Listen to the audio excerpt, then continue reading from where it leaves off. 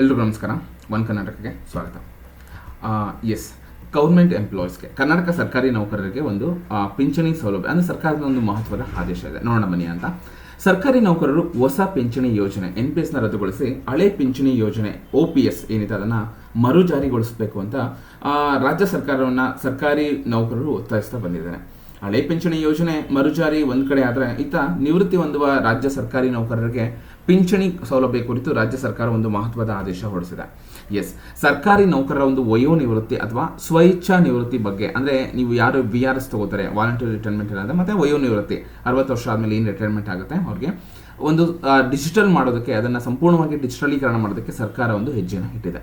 ಖಜಾನೆ 2ರ ತಂತ್ರಾಂಶದ ಮುಖಾಂತರ ಮಹಾಲೇಖಪಾಲರಿಗೆ ಓಕೆನಾ ವಯೋನಿವೃತ್ತಿ ಅಥವಾ ಸ್ವಇಚ್ಛಾ ನಿವೃತ್ತಿ ಹೊಂದುವ ನೌಕರರ ಪಿಂಚಣಿ ಅರ್ಜಿಗಳನ್ನ ಸಲ್ಲಿಸುವ ಪ್ರಕ್ರಿಯೆಯನ್ನು ಅನುಷ್ಠಾನಗೊಳಿಸುವ ಕುರಿತು ರಾಜ್ಯ ಸರ್ಕಾರ ಒಂದು ಮಹತ್ವದ ಆದೇಶ ಹೊರಡಿಸಿದೆ. ನೋಡೋಣ ಬನ್ನಿ. ಉಲ್ಲೇಖಿತ ಸರ್ಕಾರ ಆದೇಶದಲ್ಲಿ ಖಜಾನೆ 2ರ ತಂತ್ರಾಂಶದ ಮುಖಾಂತರ ಏಪ್ರಿಲ್ 2025ರಿಂದ 3 ತಿಂಗಳ ಕಾಲ ಒಂದು ರಾಜ್ಯದ ಎಲ್ಲ ಹಣ ಸೆಳೆಯುವ ಮತ್ತು ಬಟವಾಡೆ ಅಧಿಕಾರಿಗಳು ಏನಿದ್ದಾರೆ, DDO ಏನಿದ್ದಾರೆ, ಅವರ ವಯೋನಿವೃತ್ತಿ ಅಥವಾ ಸ್ವಇಚ್ಛಾ ನಿವೃತ್ತಿ ಹೊಂದುವ ನೌಕರರ ಪಿಂಚಣಿಗೆ ಸಂಬಂಧಿಸಿದಂತೆ ಆನ್ಲೈನ್ನಲ್ಲಿ ಅರ್ಜಿ ದಾಖಲಿಸಿ ಮಂಜೂರು ಮಾಡುವುದು ಮತ್ತು ಭೌತಿಕವಾಗಿ ಸಿದ್ಧಪಡಿಸಿರುವ ಅರ್ಜಿ ಹಾಗೂ ಸಂಬಂಧಿಸಿದ ಎಲ್ಲಾ ದಾಖಲೆಗಳನ್ನ ಲೇಖಪಾಲರಿಗೆ ನಿಯಮಾನುಸಾರ ಸಲ್ಲಿಸಲು ಆದೇಶ ಹೊರಡಿಸಿದೆ. ಓಕೆನಾ. ಒಟ್ಟಾರೆ ಪ್ರಾಯೋಗಿಕ ಹಂತದಲ್ಲಿ ಯಶಸ್ವಿಯಾದಲ್ಲಿ ಅದು ಓಕೆನಾ ಖಜಾನೆ 2ರ ತಂತ್ರಾಂಶದ ಮುಖಾಂತರ ಪಿಂಚಣಿ ಅರ್ಜಿಗಳನ್ನ ಮಹಾಲೇಖಪಾಲರಿಗೆ ಸಲ್ಲಿಸಲು ಮುಂದುವರೆಯುವಂತ ಸಹ ಆದೇಶ ಹೊರಡಿಸಿದೆ.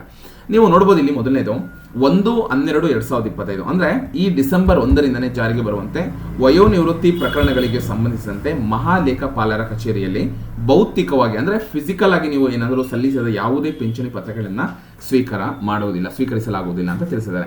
ಇದು ಕಂಪ್ಲೀಟ್ ಡಿಜಿಟಲ್ ಅಲ್ಲೇ ನೀವು ಅಪ್ಲೋಡ್ ಮಾಡಬೇಕಾಗುತ್ತೆ. ಇನ್ನು ಮೇಲೆ ಉಲ್ಲೇಖಿಸಲಾದ ಸರ್ಕಾರಿ ಆದೇಶದಲ್ಲಿನ ಸೂಚನೆಗಳನ್ನ ಅನುಸರಿಸದೆ ಸೇವಾ ವಹಿಯೊಂದಿಗೆ ಭೌತಿಕ ರೂಪದಲ್ಲಿ ಸಲ್ಲಿಸಲಾಗುವ ಪ್ರಸ್ತಾವನೆಗಳನ್ನ ಪರಿಗಣಿಸಲಾಗುವುದಿಲ್ಲ ಅಂತ ಅವರು ತಿಳಿಸಿದ್ದಾರೆ. ಓಕೆ, ಅಂದ್ರೆ ನೀವು ಡಿಜಿಟಲಿ ಅಂದ್ರೆ ನೀವು ಆನ್ಲೈನ್ ಮುಖಾಂತರನೇ ಅದನ್ನ ನೀವು ಅಪ್ಲೋಡ್ ಮಾಡಬೇಕಾಗುತ್ತೆ ಅಥವಾ ನೀವು ಅದನ್ನ ಅಪ್ಲೈ ಮಾಡಬೇಕಾಗುತ್ತೆ. ಮಹಾಲೇಖಪಾಲರ ಕಚೇರಿಯಲ್ಲಿ ಭೌತಿಕ ಸೇವಾ ವಹಿ ಮತ್ತು ನಮೂನೆ 7ರ ಮುದ್ರಿತ ಪ್ರತಿಯೊಂದಿಗೆ ನಿಗದಿತ ಆನ್ಲೈನ್ ಪ್ರಕ್ರಿಯೆಯ ಮೂಲಕ ಸಲ್ಲಿಸಲಾಗುವ ಪಿಂಚಣಿ ಪ್ರಸ್ತಾವನೆಗಳನ್ನ ಮಾತ್ರ ಸ್ವೀಕರಿಸಲಾಗುವುದು ಅಂತ ಕೂಡ ತಿಳಿಸಿದ್ದಾರೆ. ಓಕೆ, ನೋಟಿಫಿಕೇಶನ್ ಅಲ್ಲಿ ಗೊತ್ತಾಯ್ತಲ್ಲ ನಿಮಗೆ. ಕಂಪ್ಲೀಟ್ ನೀವು ಆನ್ಲೈನ್ ಅಲ್ಲಿ ನೀವು ಅಪ್ಡೇಟ್ ಮಾಡಬೇಕಾಗುತ್ತೆ. ಯಾವುದೇ ಒಂದು ಫಿಸಿಕಲ್ ಡಾಕ್ಯುಮೆಂಟ್ಸ್ ಕೊಟ್ಟರು ಅವರು ಅದನ್ನ ತಗೊಳ್ಳೋದಿಲ್ಲ. ಹಾಗೆ ನಮೂನೆ 7ರ ಮುದ್ರಿತ ಪ್ರತಿ ಮತ್ತು ಭೌತಿಕ ಅಂದ್ರೆ ಫಿಸಿಕಲ್ ಸೇವಾ ವಹಿಯನ್ನ ಆನ್ಲೈನ್ ಅಲ್ಲಿ ಸಲ್ಲಿಸಿದ ನಂತರವೇ ಪಿಂಚಣಿ ಪ್ರಸ್ತಾವನೆಯನ್ನ ಪರಿಶೀಲಿಸುವ ಪ್ರಕ್ರಿಯೆಯು ಪ್ರಾರಂಭವಾಗುತ್ತೆ ಅಂತ ಕೂಡ ತಿಳಿಸಿದ್ದಾರೆ. ಹಾಗೆ ಈ ಪ್ರಕ್ರಿಯೆಯನ್ನು ಸದರಿ ದಿನಾಂಕದಿಂದಲೇ ಪರಿಗಣಿಸಲಾಗುತ್ತದೆ. ಅಂದರೆ ಡಿಸೆಂಬರ್ 1ರಿಂದ ಅದು ಅಪ್ಲೈ ಆಗುತ್ತೆ.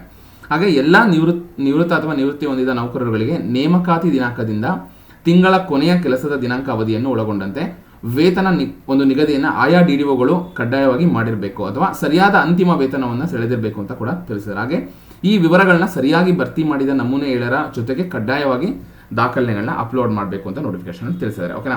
ಸೊ ಇದು ಒಂದು ಲೇಟೆಸ್ಟ್ ಅಪ್ಡೇಟ್ ಆಗಿದೆ. ಹಾಗೆ ಈ ಅನುಷ್ಠಾನವು ವಯೋನಿವೃತ್ತಿ ಪ್ರಕರಣಗಳಿಗೆ ಮಾತ್ರ ಸೀಮಿತವಾಗಿದೆ ಮತ್ತು ಕಾಲಾನಂತರ ಇತರ ಒಂದು ವರ್ಗದ ಪಿಂಚಣಿ ಪ್ರಕರಣಗಳಿಗೆ ವಿಸ್ತರಿಸಲಾಗುವುದು ಅಂತ ಕರ್ನಾಟಕ ಸರ್ಕಾರ ತಿಳಿಸಿದೆ. ಓಕೆನಾ.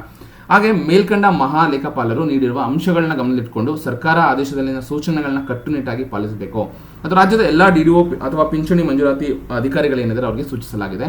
ಏನಾದರೂ ಈ ಒಂದು ನಿವೃತ್ತಿ ವೇತನದ ಒಂದು ಇದರಲ್ಲಿ ವಿಳಂಬವಾದರೆ ಆಯಾ DDOಗಳು ಇದಕ್ಕೆ ಹೊಣೆಗಾರರಾಗ್ತಾರೆ ಅಂತ ಕೂಡ ತಿಳಿಸಿದ್ದಾರೆ. ಓಕೆ, ಇದು ಒಂದು ಲೇಟೆಸ್ಟ್ ಅಪ್ಡೇಟ್ ಆಗಿದೆ. ಇದೇ ರೀತಿ ಒಂದು ಹೆಚ್ಚಿನ ಅಪ್ಡೇಟ್ಗಾಗಿ ನನ್ನ YouTube ಚಾನಲ್ ಸಬ್ಸ್ಕ್ರೈಬ್ ಮಾಡಿ ಇದೇ ರೀತಿ ಸಪೋರ್ಟ್ ಮಾಡ್ತಾ ಇರಿ. ಧನ್ಯವಾದಗಳು.